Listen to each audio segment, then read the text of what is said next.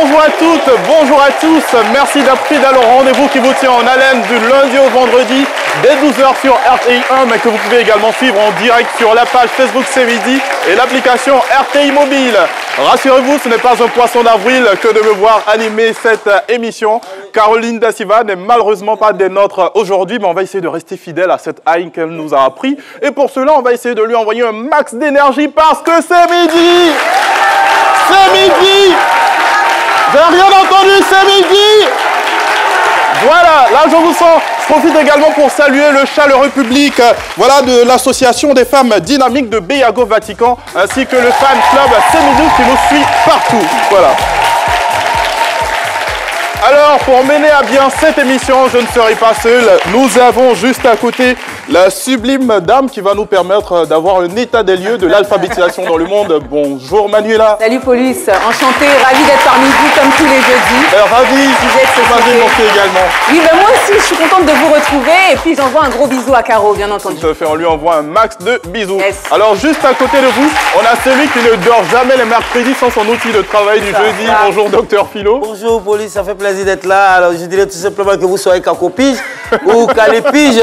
Paulus, vous êtes à c'est votre baptême de feu. Félicitations déjà avec cette énergie. Merci. Alors, et quel baptême ouais, mais attends, moi j'ai peur parce que moi je suis assis arrière, vous allez mener à bon port ce bateau, ce navire, parce que quelqu'un qui prend 2 minutes seulement pour faire comprendre des choses compliquées aux téléspectateurs, mais on lui donne 52 minutes, mais c'est que là, les gens vont baigner dans la connaissance alors. Et puis... Merci Docteur Philo. Alors Docteur Philo, vous avez aujourd'hui 2 piqûres. Rassurez-moi, ce n'est pas pour piquer nos invités. Oui, non, ça normal c'est bœuf, mouton, on pique avec ça. Mais quand je prends ça comme ça, mais c'est pour les humains, c'est pas pour piquer les moutons. Alors, vous savez que nous sommes dans une société où il y a certaines personnes qui ne jouent pas leur rôle, qui ne jouent pas leur partition. Alors, moi, je suis là pour les piquer, comme j'ai coutume de le dire. Alors, je pique, ça fait mal, mais c'est pour votre bien. Acceptez la piqûre. Acceptez la piqûre. Merci, Docteur Philo.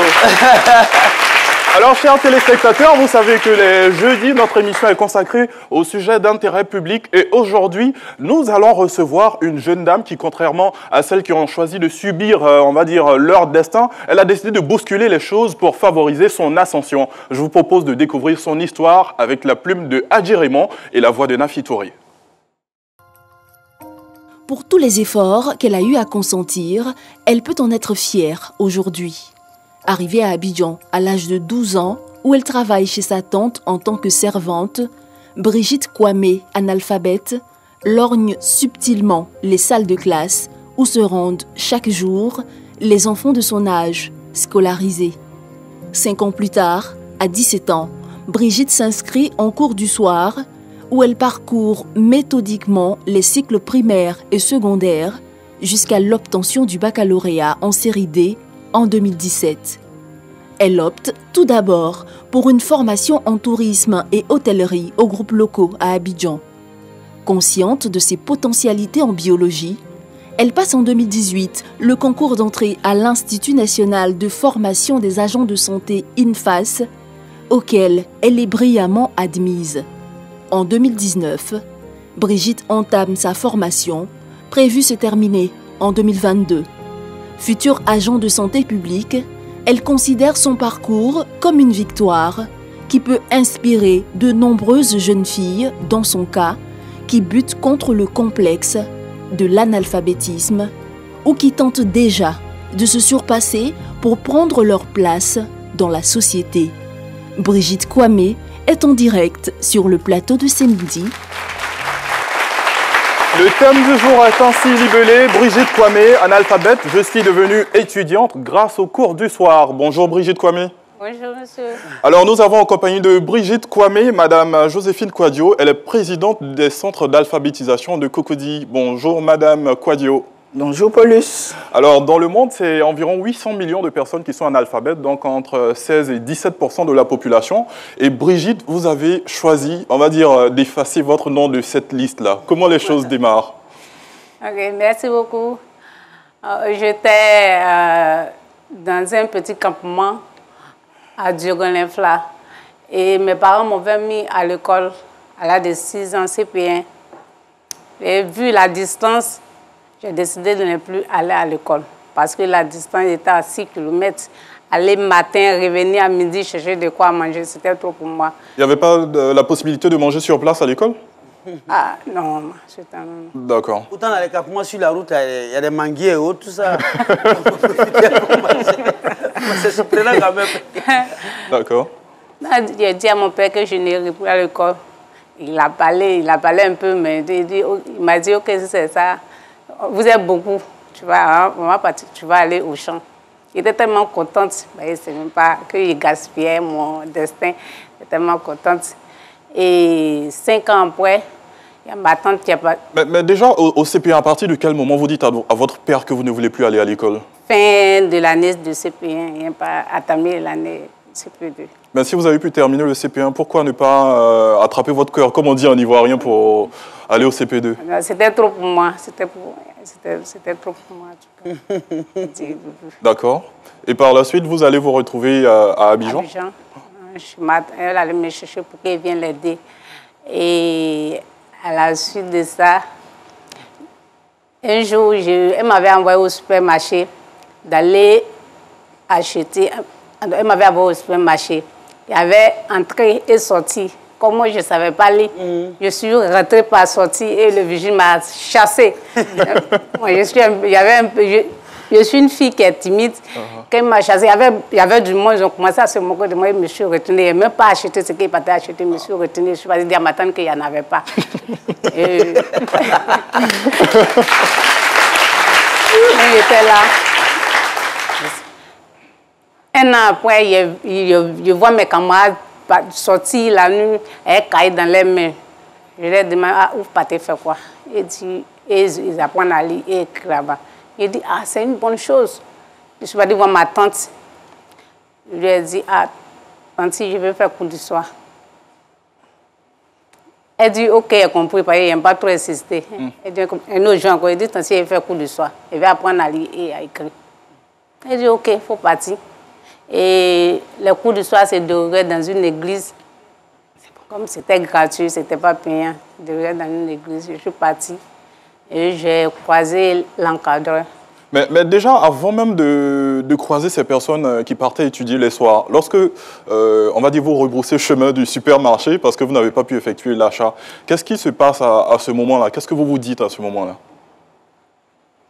En tout cas, j'ai regretté un peu. Je me suis dit que si quand mon papa m'avait mis à l'école, si il continuait, aujourd'hui, Vigile ne va pas m'insulter comme ça. Donc c'est ça même qui m'a motivé même à faire cours. C'était juste pour apprendre à lire et écrire. D'accord. Et donc là, vous vous rendez au centre de formation en question? Voilà. Et je suis partie à croiser l'encadreur pour lui dire je veux faire cours du soir. Je suis venue apprendre à lire et écrire. Il était content, il dit c'est bien ça. Je suis venue à lui. Il dit c'est bien ça que faut t'asseoir. Et quand j'ai commencé, il était un peu fort à les calculs. Quand j'ai commencé, il a vu que j'étais bien. En cours de soir, on parle de nouveau, c'est pas CP1, niveau 1, niveau 2. Et je faisais niveau 1. Et il m'a dit non, que je suis forte. Il est passé à niveau 2. D'accord. Alors, Brigitte, vous avez eu la chance, en fait, d'avoir le soutien de votre tante qui vous a dit de partir pour suivre la formation. Oui. Mais Joséphine Kouadio, il se trouve que ce n'est pas toujours que ça se passe aussi facilement. Vous vous retrouvez souvent avec des cas de personnes dont la famille ou l'entourage n'est pas forcément partante pour encourager la personne à suivre les cours d'alphabétisation. Comment vous faites dans ce contexte-là? Bon, souvent, on va voir ses parents. Il y a des femmes qui disent aux enfants, je viens avec toi au village, du village à Abidjan, pour t'inscrire à l'école. Quand l'enfant vient, la femme lui dit, va vendre, enfin, c'est ce que je fais, et puis j'envoie l'argent au village. Bon, quand l'enfant veut venir faire les cours, souvent, elles sont déjà grandes. C'est des grandes filles. Quand elle veut venir faire les cours, et qu'elles viennent nous voir pour dire que j'ai ma tante qui a refusé, j'ai mon oncle qui ne veut pas, on va voir ces personnes-là pour leur dire que c'est pour le bien, comme on le dirait, tu ajoutes quelque chose à l'humanité. Donc, en aidant ton neveu ou ta nièce, ça aussi, c'est ajouter quelque chose à l'humanité. Donc, souvent, il y a des hommes. Comme l'alphabétisation a un visage féminin, souvent on dit elle, elle, elle. Sinon, il y a des hommes aussi qui font l'alphabétisation. Donc, on va voir ces personnes-là pour leur dire, parce que vous comprendrez avec moi que actuellement où l'émission passe, les personnes concernées ne la regardent pas. Il y a l'application mobile, elles nous suivent certainement. Certaines nous suivent sur l'application si elles savent le faire. Parce que vous voulez dire, elles sont au travail. Elles sont au travail, oui, elles sont au travail. Donc, ce qui fait qu'on va voir leur tante ou bien le mari, parce que moi, j'ai eu à encadrer une dame où le mari est venu me dire que Madame Kouado, je ne voudrais plus que ma femme vienne ici, parce que si elle continue de venir ici, vous allez voir ce que vous n'avez pas vu. Alors, je vous assure que pour lui, j'ai été obligé de dire à la dame, comme je n'ai pas envie de voir ce que je n'ai pas vu, je n'ai pas envie de voir ce que je n'ai pas vu. Ou du moins ce que je n'ai même pas envie de voir, parce que je ne cherche pas. Donc, j'ai été obligé de libérer la dame. Mais pourquoi vous ne lui avez pas demandé les raisons? Le monsieur? Oui. Quelqu'un qui vient en sueur comme s'il venait à un combat de catch. Tu vas demander, s'il vient sagement pour dire franchement, je ne voudrais pas que ma femme continue parce que je ne veux pas, bon, il peut raconter n'importe quoi, vous pouvez causer. Il vient, il ne dit pas bonsoir. Qui est responsable du centre? On dit la voilà là-bas. Il dit, madame, je ne veux plus que ma femme vienne ici. Bon, c'est après j'ai demandé, c'est mari de qui? Et c'est là la femme a dit, c'est mon mari, qu'il m'a déjà menacé. Je dis, je viens. Je dis, je viens. Je dis, ah, ton mari dit de ne pas que moi, je vais voir ce que je n'ai pas envie de voir. Donc, franchement, il faut t'asseoir. Il dit, non, il voyage. C'est 2 mois, 3 mois avant de venir. Et les enfants sont à bas âge. Au moment où tu peux les aider. Donc, pour lui, dans ce cas-là, on va voir les maris, s'il vient gentiment, pas comme celui qui est venu me menacer. La tante qui vient, souvent, elle peut oublier ou bien elle peut dire, bon, attends, quand l'enfant que tu suivais a 2 ans, 3 ans. Donc, on s'en va voir ces personnes-là pour leur dire que c'est ajouter quelque chose à l'humanité. D'accord. Voilà. Alors, Manuela, vous avez une question? Alors, ce n'est pas une question, mais c'est dans le prolongement de ce que Mme Kouadio dit. Je pense que Police reviendra dessus plus longuement. Philo, pardon, reviendra dessus. Police, je suis omnibulée par Police. Plus longuement dans la piqûre. Mais c'est ça, en fait. C'est que je pense qu'il faut, à l'attention du gouvernement et même des gens en général, de la population, il faut sensibiliser. Parce que le savoir, la connaissance, il faut que nos hommes africains comprennent que l'émancipation de la femme, ça ne veut pas dire que ta femme va te manquer de respect demain. Ça ne veut pas dire que ta femme va faire du n'importe quoi. Au contraire, comme vous dites, elle rend service à l'humanité et elle te rend service à toi-même, en fait. L'homme a besoin aussi de ce pilier-là qu'est la femme à côté et ça passe par l'alphabétisation. Donc moi, je voulais vraiment dire ça à l'intention de nos hommes. Ne nous voyez pas, nous sommes complémentaires. Ne nous voyez pas comme des ennemis. Et une femme qui va à l'école, une femme alphabétisée, c'est un bonus pour vous aussi, quoi. C'est ça. Et puis j'ajouterais que surtout, c'est un manque de confiance. Il faut avoir confiance pour le monsieur. J'ose imaginer peut-être, c'était un coup du soir. Oui. Coup du soir. Bon, madame, toi tu as envoyé, et puis madame sort la nuit. Bon, vous voyez, 19h, 21h. Bon, imaginez sur l'instant, si elle passe les 2 heures de temps avec son amant. En fait, c'est les choses qui se passent dans la tête. J'ai dit 2 heures avec son amant, c'est beaucoup quand même.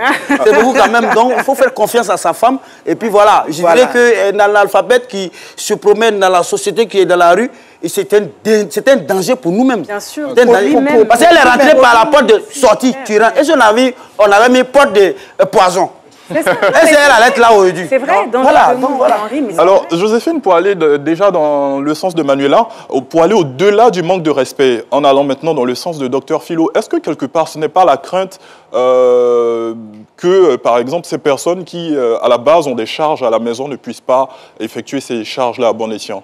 Par exemple, pour celles qui sont servantes et qui veulent suivre des cours d'alphabétisation. Les charges, comment ça? Des charges. Dans le cas de Brigitte Kwame, oui. Elle avait à charge, on va dire, des travaux ménagers et la cuisine chez sa tante. Oui. Souvent, oui, ça aussi, ça revient. Parce qu'il y a une dame qui m'a dit que moi, je ne peux pas revenir du travail. Et puis, c'est en ce moment-là, la servante prend son sac pour dire qu'elle s'en va à l'école. C'est quelle bonne école même? C'est agrégation, ça va passer. Alors que tu n'es pas là, on peut envoyer un courrier. S'il n'est pas fermé, elle peut regarder et savoir que voilà ou bien ceci. Et en plus même, parce que dans nos cours d'alphabétisation, nous avons un thème éducatif que nous donnions à ces femmes-là. Parce qu'on leur dit, il y a le savoir-vivre. Parce qu'elles ne sont pas là à l'école, mais elles ne sont pas bêtes. Il y a le savoir-vivre, parce que souvent, tu vas comprendre qu'une femme rentre dans le bureau, Quand elle a tapé, on entend oui. En principe, on devait dire entrer. Mais souvent ici, quand on dit oui, on ouvre, on rentre. Et même quand elle entre dans le bureau pour demander les renseignements, une chaise vide, elle peut s'asseoir. Si elle ne s'assoit pas, elle peut déposer même son sac sur le bureau de quelqu'un. Alors que tout ça, on apprend ça aux femmes. Et souvent, vous avez les films novelas. Ça, moi, j'aime pas bien regarder ça. Et quand elle a l'habitude de regarder ça avec sa tante, et le jour que sa tante reçoit une amie, un parent, et voilà, c'est une mauvaise habitude. Elle peut venir comme ça, et puis dire à sa tante, tu vois, je t'avais dit que Ricardo, là, on allait l'empoisonner, on l'a empoisonné. Entend la femme en train de causer avec une amie. Voilà. Donc, le thème éducatif, c'est comme l'éducation civique et morale que nous, on a fait à l'école formelle.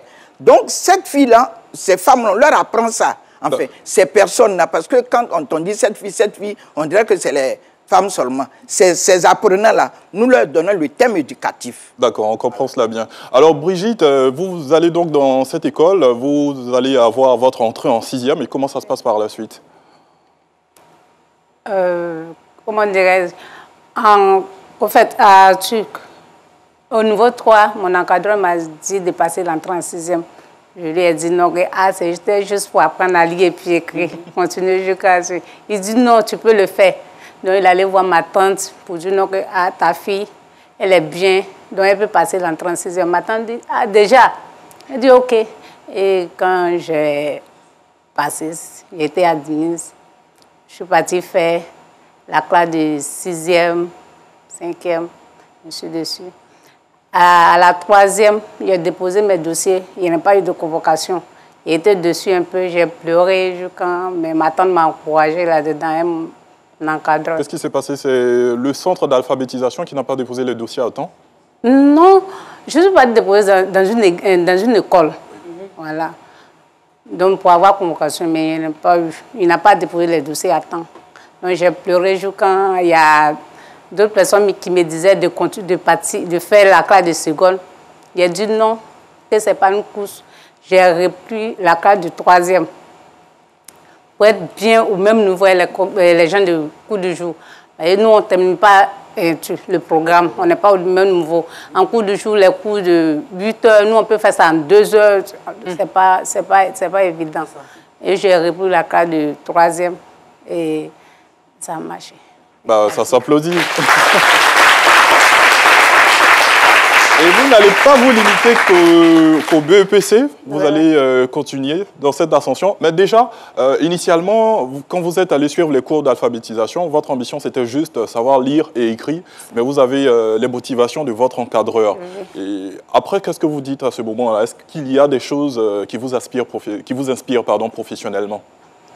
Ouais, quand j'ai eu le BEPC, je voulais devenir un agent de santé. Je voulais être infirmière. Et c'est ça même qui m'a motivée même à continuer. J'ai fait la classe de Ségol. J'étais tellement contente. C'était au début quand j'apprenais à lire, je savais lire un peu. Que soit quand je me promenais, le voir sur les panneaux, tous ces espaces. Je lisais tout. Ça change la vie. J'étais tellement contente, je lisais tout. J'étais fière même de moi-même parce qu'avant, quelqu'un qui ne savait même pas écrire son nom, et puis je lisais tout. Même quand je paie galette, je finis de manger. Voilà. D'accord. Alors, le thème, je le rappelle, Brigitte Kwame, analphabète, je suis devenue étudiante grâce au cours du soir. Alors, Joséphine Kouadio, est-ce que vous rencontrez des cas de personnes qui viennent juste pour apprendre à lire et à écrire sans véritable ambition après la formation? J'ai rencontré un couturier parce qu'il devait envoyer de l'argent à sa maman et sa femme en Guinée. Et il allait dans une petite banque de la place où il a vu quelqu'un à qui il a demandé, tu es ici, le monsieur lui a dit oui. Il dit, je vais envoyer 200 000 francs dans mon pays. Et il lui donne, le gars, il dit, il était assis, le gars a écrit, il a vu, il a écrit, mais il ne sait pas lire. Et il lui a donné 20 000 francs pour lui dire merci. Au retour, sa maman l'appelle pour lui dire que si toi tu es idiot, nous on n'est pas idiotes. Tu nous envoies 20 000 alors qu'on t'a demandé 200 000. Et il a été tellement choqué que il a cherché mon centre. Quand il est rentré, il dit c'est pour juste savoir lire et écrire. Et quand il est arrivé au niveau 2, je lui ai dit non, je voudrais que tu aies le premier diplôme de l'école qui est le CP. là, maintenant, tu peux t'arrêter. Parce qu'en alphabétisation, comme on le dit en andragogie, on s'arrête. C'est quoi l'andragogie déjà? L'andragogie, c'est la pédagogie des adultes. D'accord. Okay. La pédagogie des adultes, au lieu de dire la pédagogie des adultes, on dit l'andragogie. D'accord. Ça n'a pas la même définition. Et donc, il a continué effectivement, il a eu le CP, et puis bon, il est parti. D'accord. Et entre la pédagogie et l'andragogie, qu'est-ce qui change?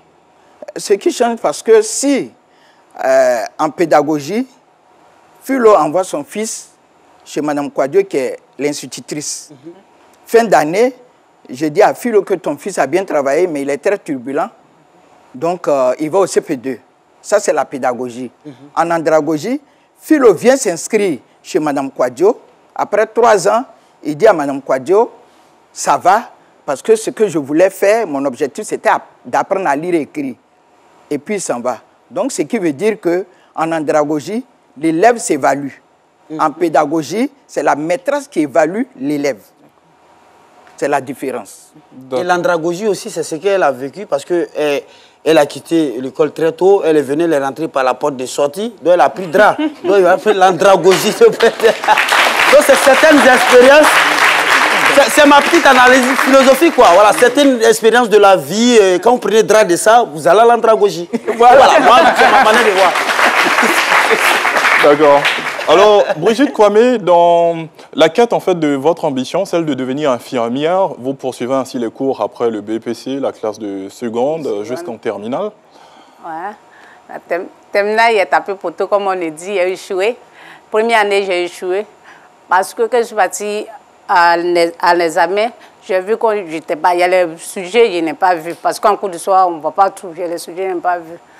Donc, je me suis ressaisie, quand j'ai échoué, je me suis ressaisie. Et l'année qui a suivi, quand les gens de cours du jour font les prépas à l'examen, je suis partie voir le directeur pour dire que je vais assister aussi. Comment je fais cours du soir, parce que nous, on n'a pas le temps de terminer le programme. Et il a accepté. Quand je finis, je prends les sujets, même bac blanc, je prends les sujets, il vient, il montre à mes frères ce qu'ils ne comprennent pas. Il me montre un peu plus. Et vous aide à faire la correction également. Voilà, et quand je me suis préparée ainsi, j'ai passé ça et ça a marché. Un bac D, on précise. Oui.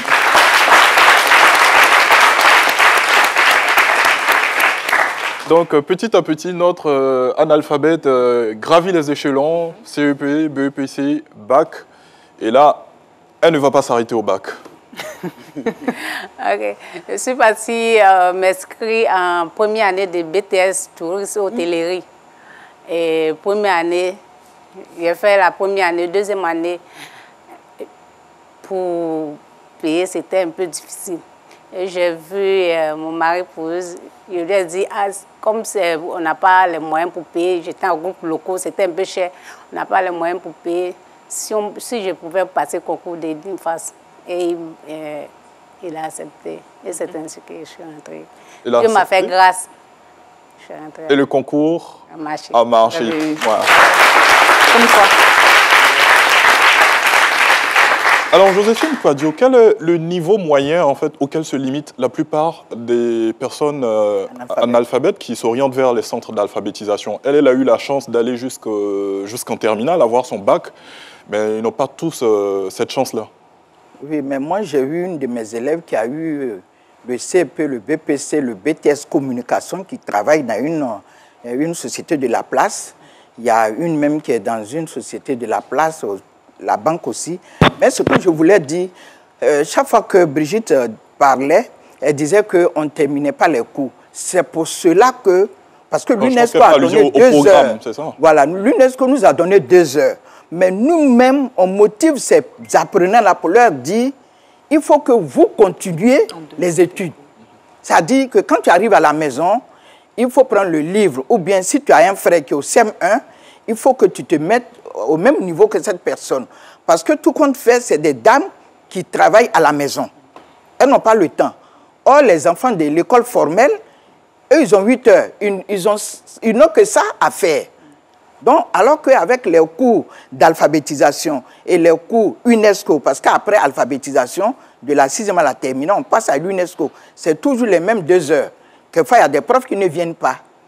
Donc, ça fait que eux-mêmes, nous-mêmes, on les motive pour dire, quand on finit, soit avec tes frères ou bien quelqu'un du quartier, s'il y a des examens blancs, prends les feuilles, ou bien si tu as une question, ou une phrase ou bien un mot que tu ne comprends pas, tu viens avec ça à l'école et puis on t'aide. Voilà. Parce que dire qu'on ne termine pas le programme, non, on le termine, mais on le fait de façon...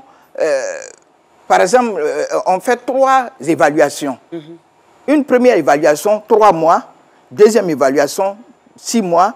Par exemple, on va rentrer dans la dernière évaluation. Alors que l'école formelle, eux, ils font leur composition chaque mois. Tout à fait. Ce n'est pas la même chose. Oui, Manuela.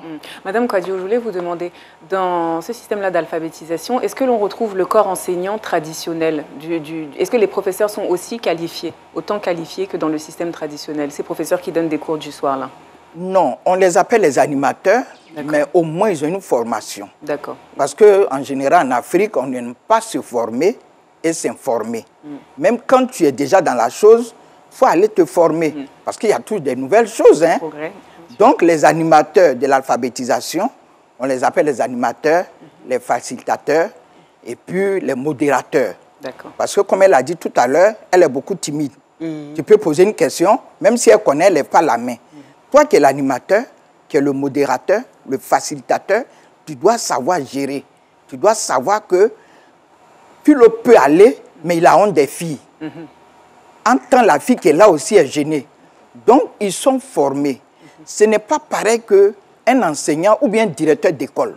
Ce n'est pas pareil.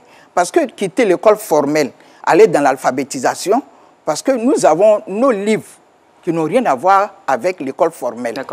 Nous avons, oui, nos objets, les 4 objets du milieu naturel que tout le monde connaît, le pilon, le citron, la calebasse et le grain de maïs, qui font les 26 lettres de l'alphabet. Si tu n'es pas formé pour aider quelqu'un, elle-même peut-être que quand elle a fait le CP1, mais elle a tout oublié, mais il y en a qui n'ont jamais mis pied à l'école, qui ne savent pas tenir un stylo.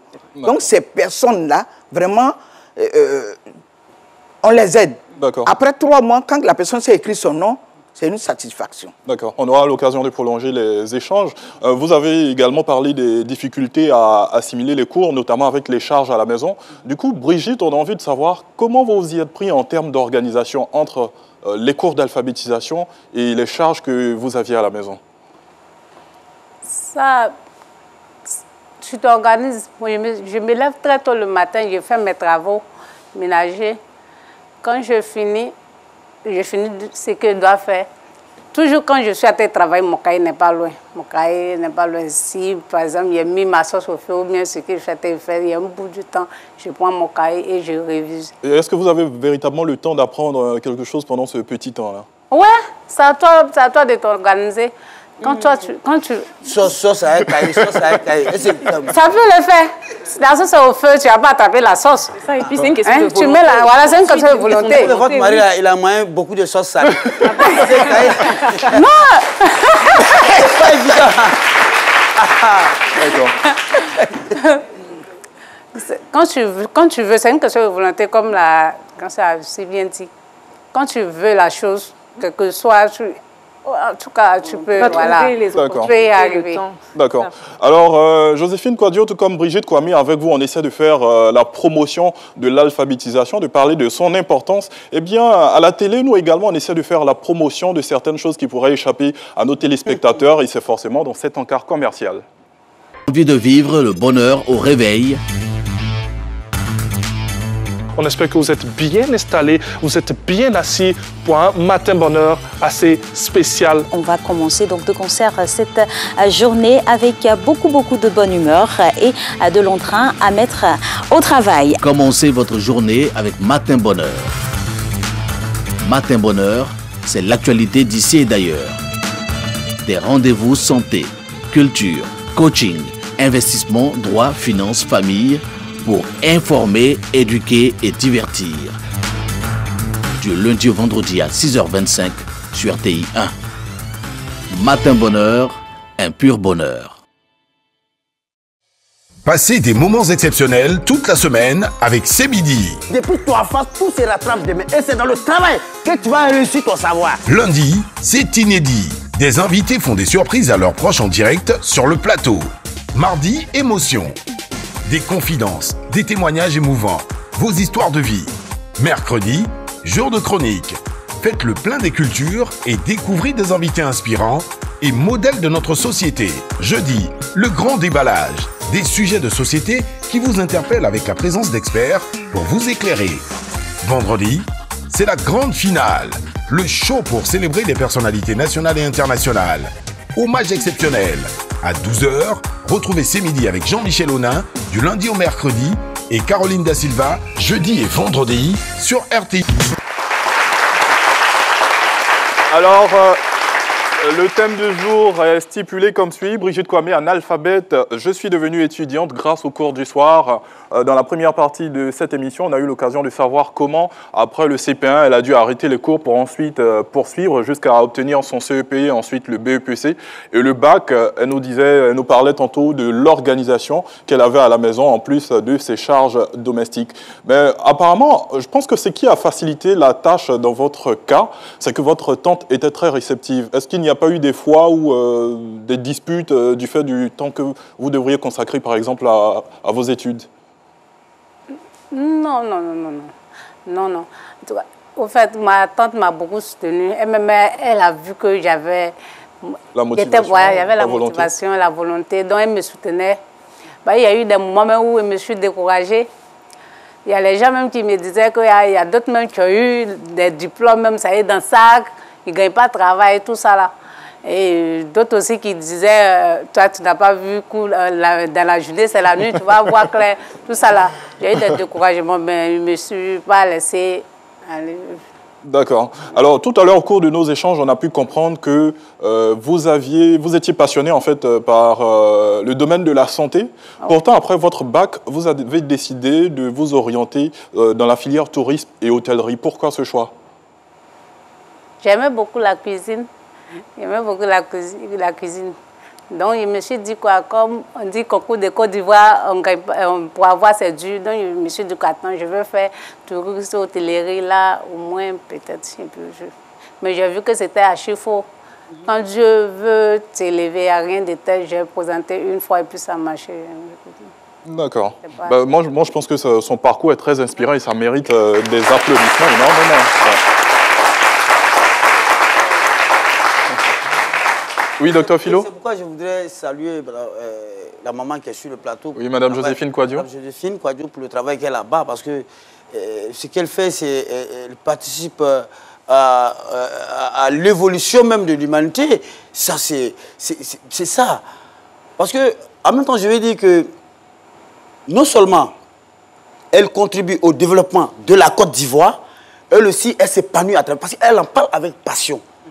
Parce qu'aujourd'hui, je suis sûr que même dans ce studio, il y a des femmes qui sont dans cette situation et qu'aujourd'hui, les propos de Mme Joséphine, ces propos-là vont changer les différentes mentalités. Alors, je vais savoir, et celles qui sont encore hésitantes, je vais dire, comment est-ce que vous évaluez ces personnes-là au niveau des cours d'alphabétisation? Parce que moi, je suppose, moi, je ne peux pas être là, un père de famille à la maison, moi, je vais aller, et puis, bon, vous allez me mettre à rang pour faire classement, moi, dis-moi ici, dernier. Voilà, comment est-ce que vous vous arrangez? Parce que c'est des mères de famille, des pères de famille. Comment est-ce que vous les évaluez? Et puis, est-ce que c'est rang, c'est comme ça? Est-ce que c'est pareil pour comme l'école formelle? Non, c'est pour cela, tout à l'heure, j'ai dit, l'animateur, c'est un animateur. Il doit animer la classe. L'instructeur, on va dire, c'est un animateur. Voilà. Après ça, il est le, comment on appelle, formateur. Il est le facilitateur.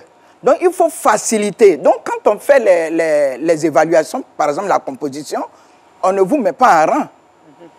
C'est-à-dire, tu n'as pas bien travaillé. Je te dis, Philo, vraiment, quand je faisais le cours de grammaire, là, tu ne suivais pas. C'est en calcul seulement, tu es fort. C'est tout ça là qui va te faire passer. Ça, c'est devant toute la classe? Non, pas devant toute la classe. Ah, d'accord. C'est de toi à moi, et puis je te le dis. Donc, ce n'est pas devant toute la classe. Donc, si je sais, parce que tout compte fait, on est comme des... on devient, nous les promoteurs, on devient comme assistant social. Parce que tu peux m'expliquer ton problème que je travaille avec mon oncle, étant mécanicien. Souvent, même quand je vais étudier, il me dit, oh, laisse papier là-bas, va voir voiture de quelqu'un, c'est ça qui nous envoie l'argent. Donc, moi, si tu as eu à me dire ça ouvertement, je peux aller voir ton oncle pour lui dire que si tu as accepté que Philo vienne à l'école, il faut accepter qu'il y ait un petit diplôme. C'est toi-même, on dira, c'est grâce à toi.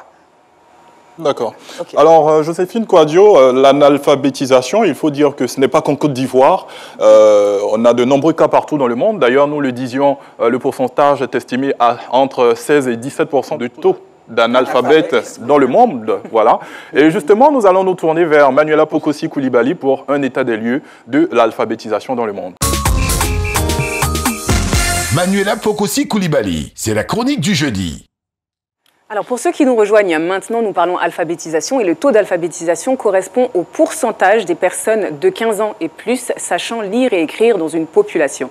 Alors au niveau mondial, sur le graphique qui va s'afficher sur vos écrans, on constate que ce taux d'alphabétisation a considérablement évolué entre les années 1970 et 2019, passant d'environ 67% en 1970 à 87% d'alphabétisation en 2019. Mais si cette évolution existe, il faut tout de même prendre ces données avec des pincettes, car en réalité, ces statistiques se concentrent sur une tranche de la population, les jeunes principalement, et l'Europe, l'Amérique du Nord et l'Océanie qui gonflent ces statistiques, alors que si on regarde du côté de l'Afrique, de l'Asie du Sud ou encore du Moyen-Orient, les chiffres dégringolent. Alors l'analphabétisme constitue l'un des plus grands défis pour l'Afrique parce qu'on accuse le taux d'analphabétisme le plus élevé, alors que nous sommes parmi les plus grandes régions du monde. Plus de 40% de la population de plus de 15 ans est analphabète sur le continent, et plus en détail en Afrique de l'Ouest, donc chez nous, c'est 65 millions d'adultes qui ne savent ni lire ni écrire. Et c'est pas mieux au niveau des enfants. 40% des enfants n'accèdent pas à l'enseignement primaire et quittent prématurément même. Et lorsqu'ils arrivent à justement achever ce cycle-là, 50% d'entre eux ne maîtrisent pas les apprentissages fondamentaux. Alors l'analphabétisme est plus qu'un problème, c'est une plaie, un obstacle à la croissance et au développement durable des nations africaines. Les gouvernements doivent véritablement redoubler d'efforts parce qu'il est vrai que l'éducation est souvent le budget le plus important dans les pays africains, ouest-africains, mais aucun d'entre eux n'atteint la barre des 7% du PIB, pourtant fixé en 2005, alors que la campagne mondiale pour l'éducation a appelé les gouvernements à consacrer 20% de leurs budgets nationaux à l'éducation. Alors, pourquoi l'alphabétisation compte autant et qu'est-ce que ça changerait concrètement? Qu'est-ce que ça change concrètement quand on est alphabétisé? Eh bien déjà, ça change tout au niveau financier sur le plan économique. On gagne mieux sa vie. Chaque année d'instruction augmente d'au moins 10% nos revenus, selon un rapport des Nations Unies. Ensuite, sur le plan sanitaire, au Nigeria par exemple et au Sénégal, le taux de mortalité des enfants dont la mère a fréquenté l'école secondaire est environ 2 fois moins élevé que celui des enfants dont la mère n'est pas instruite. Et enfin, sur le plan politique, une population plus instruite permet l'essor de la démocratie. Selon une étude menée récemment dans 18 pays d'Afrique, le niveau d'instruction est le premier facteur qui détermine le degré de soutien en faveur de la démocratie. Pour conclure, j'ai une pensée particulière pour les seniors qui sont un peu les grands oubliés de l'alphabétisation finalement, parce qu'on mise beaucoup sur les jeunes qui représentent l'espoir, l'avenir. Et il y a urgence d'ailleurs, parce que d'ici 2050, plus de la moitié de la population africaine aura moins de 25 ans. Donc ces jeunes-là sont une opportunité, mais ils peuvent aussi être une bombe à retardement potentielle si on ne s'occupe pas bien d'eux. Et surtout nos seniors, pourquoi? Parce qu'avec l'allongement de l'espérance de vie, de la durée de vie, eh bien ces seniors-là, même s'ils ne sont pas alphabétisés, sont des bibliothèques sacrées qui ont des connaissances et des savoirs incommensurables. Et vraiment les perdre, ce serait perdre une part de notre culture et finalement de notre histoire. Donc pensons aussi à ces seniors-là. 65 millions d'adultes analphabètes en Afrique. Je pense que c'est énorme. En Afrique de l'Ouest seulement. En Afrique de l'Ouest, voilà. Pour moi, c'est énorme. C'est énorme. Et justement, Madame Joséphine Kouadio, quelles sont les actions que vous menez pour emmener plus de personnes à s'orienter vers les centres d'alphabétisation? Le problème est que c'est ces apprenants qui n'aiment pas témoigner. C'est pour ça qu'on a l'impression qu'il n'y a pas d'alphabétisés. Mais en même temps, moi, ça c'est ma pensée personnelle, hein. Je me dis, l'analphabétisme n'est pas un virus qu'il faut éradiquer. On ne peut pas. Tant que l'homme vit, tant que l'homme vivra, il y aura toujours un taux d'analphabète. Mais on peut au moins le réduire. Oui, on peut le réduire. Ça, on peut le réduire. C'est selon on se bat. Les centres secrets, il y en a même qui voient, ils se disent, oh, si je ne sais pas aller à l'école, est-ce que je ne mange pas? Alors, quand la personne dit ça, c'est pour dire que ces enfants n'iront pas à l'école. Ça aussi, c'est un petit nid d'analphabète qu'on est en train de créer. Mais sinon, on fait tout ce qu'on peut faire. Aujourd'hui, nous sommes en train de parler de ça. C'est cela, moi, je dirais à toutes ces personnes qui ont ces enfants à charge, vraiment de les orienter quand il a déjà dépassé 10 ans. D'accord. On a beaucoup utilisé le terme analphabète. Est-ce qu'il y a une différence avec le terme illettré? Parce que c'est un terme qui est également très souvent employé. Oui, illettré, je dirais que, je prendrai un petit exemple. Avant, quand nos parents au village voulaient écrire aux enfants à Abidjan, il y en a qui sont allés un peu à l'école, qui n'ont plus continué un peu, c'est-à-dire niveau CP2, CE1. Et ceux-là, c'est eux qu'on appelle pour venir écrire.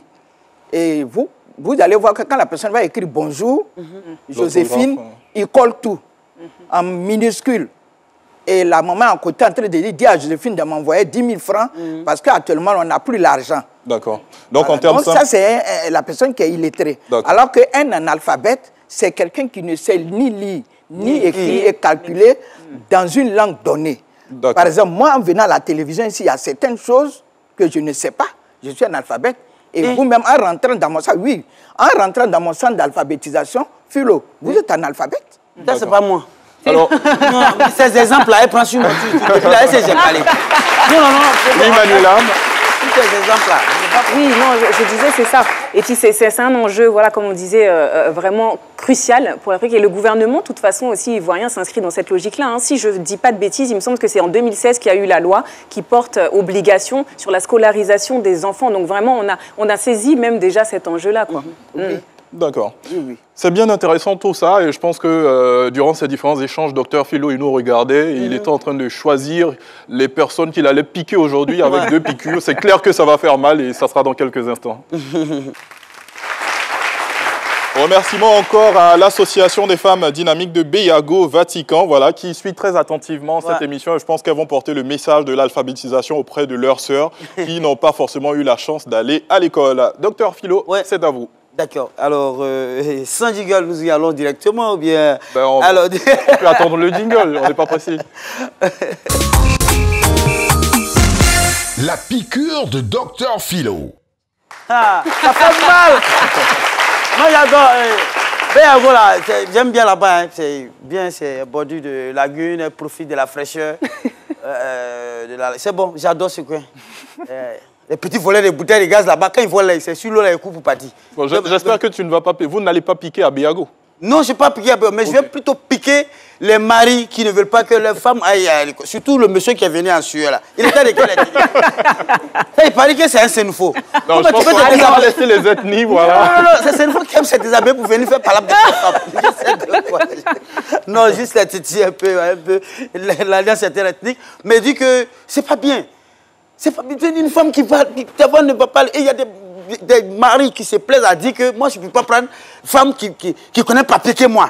Parce que comment je vais la dominer dans le foyer? Mais attends, c'est révolu. C'est révolu. Tu es chauffeur de gros camions. Toi-même, tu t'en fais 2 mois, 3 mois dans les pays limitrophes là-bas. Là. Et puis, tu n'as pas fait ça. Toi-même, là, est-ce qu'elle a toi là-bas? Sinon, on sait que les gros camions là, même là, quand ils vont au Mali comme ça, les femmes maliennes les lavent dans Calibas là-bas, puis les donnent tout l'argent là reste là-bas. Mais attends, on sait ça. On sait ça. Et monsieur, je vous pique. Laissez vos femmes aller à l'école. Laissez vos femmes aller à l'école. Et puis, je vais dire que, madame, vous êtes l'incarnation même de l'alpha. Parce qu'une personne alpha, c'est cette personne-là même qui se concentre sur son objectif et qui arrive à les atteindre peu à peu. Dans l'alphabétisation, il y a l'alpha que vous incarnez. Aussi, il y a la bêtisation. Il y a des filles aussi qui commettent des bêtises. Toi, tu n'as rien fait. Non, mais tu es sérieux. Et je vous pique. Combien de bêtises. Tu n'as rien foutu. Tu n'as rien foutu. Tu t'es rattrapé à un moment, on a dit, bon, va, tu as grandi, tu es là, tout poitrine là à pousser, va apprendre un peu. Et c'est toi, tu profites de la nuit, aller chez ces garçons comme mec. Dans quel monde sommes-nous? Dans quel monde sommes-nous? J'ai envie d'être un mec du temps. Alors, je dirais que c'était riche, je l'ai dit, qu'on risque de me répéter. Une personne analphabète dans la société, c'était danger pour nous, notre société. Ouais. Vous l'avez dit au bureau, peut-être vous avez oublié de le mentionner. Vous avez dit, même il y a une nounou même qui a dû donner suppositoire, parce qu'elle ne connaissait pas la suppositoire à avaler à un enfant. Mais oui, oui. ton enfant à la maison. Enfant, oui. Oui, elle ne connaît pas notice. Et puis souvent, elles aiment lire notice, tu ne vois pas. Et puis toi, tu prends suppositoire, tu donnes à l'enfant. C'est pas bon. Donc je vous pique, police. Donc il faut encourager cela. Et j'ai même une proposition même à faire au gouvernement. J'ai même noté ici, je dis, alors, par exemple, si normalement, l'extrait de naissance, quand on va faire l'extrait de naissance à la mairie haute, après la naissance normalement, moi je dis, je propose au gouvernement de renouveler ces extraits de naissance chaque 5 ans. 5 ans après, oui. Non, c'est une proposition pour obliger les parents à inscrire les enfants à l'école. Parce que c'est le manque de scolarisation qui envoie l'analphabétisme. Parce que si tu n'es pas là à l'école, c'est ce que tu veux rattraper. C'est un rattrapage au fait. Alors que tu as déjà poussé bab. Toi, tu as compté millions. On dit, viens faire un bâtonnet, 2 bâtonnets. Il y a 7 autres qui est là. Donc, si vous allez renouveler, je donne l'exemple. Vous avez fait l'extrait de naissance. 5 ans après, vous allez pour renouveler obligatoirement. C'est là où vous attrapez l'enfant. Puis vous mettez l'enfant dans l'école en même temps. Vous dites, l'enfant, là, il va fréquenter la salle. C'est une proposition que je fais. Voilà. D'accord. C'est une proposition que je fais. Et bien, je voudrais encourager ces jeunes filles à travers, et vous qui nous suivez, allez, c'est important. Parce que je l'ai noté ici, on dit la difficulté à comprendre les enjeux, affaiblir la participation citoyenne et l'engagement communautaire. Ça veut tout dire, ça a tout son sens. Je vous remercie et madame, félicitations à vous. Chapeau pour ce que vous faites. D'accord. Alors, docteur Philo, rassurez-moi, vous n'avez pas piqué le mari de Brigitte Kwame. Parce qu'il l'a encouragé. Oui, il a encouragé, mais quelque part, j'ai failli le piquer, mais elle s'est rachetée. Où elle a dit, elle allait le voir, qu'elle voulait continuer. Monsieur, lève-toi, va te battre. Et puis, il faut accepter de continuer l'école. Il y a le profil de carrière, il y a des concours professionnels. Vous êtes une femme engagée. Votre mari, s'il fait, vous laissez, je vous prends. Moi, j'ai besoin de femmes comme ça. D'accord. Et justement, vous continuez, vous êtes en ce moment à l'INFAS, vous êtes attiré par tout ce qui relève du domaine de la santé. Et vous avez choisi de vous orienter, parce qu'on va dire, vous avez pour ambition de vous spécialiser dans la chirurgie. Pourquoi spécifiquement cela? J'aime ça. Mon premier stage, j'ai fait ça en chirurgie et j'ai vu que sauver des vies, il y a les blessés quand ils arrivent, plus tu arrives à les sauver. C'est ça qui m'a pris en chirurgie. Et jusque-là, tout se passe bien, pas de complications? Non, tout se passe très bien. D'accord. En tout cas, vous avez nos encouragements. Oui. Et vous nous disiez hors antenne que vous aviez un message à lancer à l'endroit de toutes ces dames qui n'ont pas forcément eu la chance d'aller à l'école ou d'aller loin à l'école. Quel est-il? Je dirais de ne pas baisser les bras, que ce n'est pas encore tard. Si tu veux, tu peux le faire. Un peu de courage, tu vas y arriver. Et moi-même, je suis un exemple palpable de ne pas se décourager. Les cours du soir ne sont même pas coûteux. Même si tu n'as pas les moyens. Par exemple, moi, quand je suis arrivée en deuxième année d'études, je n'ai pas eu les moyens, mais ça, ce n'est pas décourageant. D'accord. Quand je suis venue, si ce n'était pas des cours du soir là, c'est parce que ce n'était pas coûteux. Donc je suis partie m'inscrire, ça n'arrive même pas à 30 000. D'accord. Cours du soir. D'accord. Voilà, Joséphine Kwame, quant à elle, elle avait un message à l'endroit des familles et de l'entourage de ces personnes qui n'ont pas eu la chance d'aller à l'école. Elle demande de les encourager à s'orienter vers les centres d'alphabétisation. Le thème du jour, c'est Brigitte Kwame, analphabète. Je suis devenue étudiante grâce au cours du soir à cet effet. Nous avions Brigitte Kwame et juste à côté, Joséphine Kouadio, présidente des centres d'alphabétisation de Cocody. Je n'étais pas seul. On avait Manuela Pokosi Koulibaly, merci. Merci également à vous, docteur Philo. Voilà. Ça a été un plaisir pour nous de partager, on va dire, ce temps d'antenne avec vous. On se retrouve très prochainement pour un nouveau numéro de cette N'oubliez pas lundi au vendredi à 10h, RTI 1, la page Facebook et l'application RTI Mobile. Sur ce, bon appétit.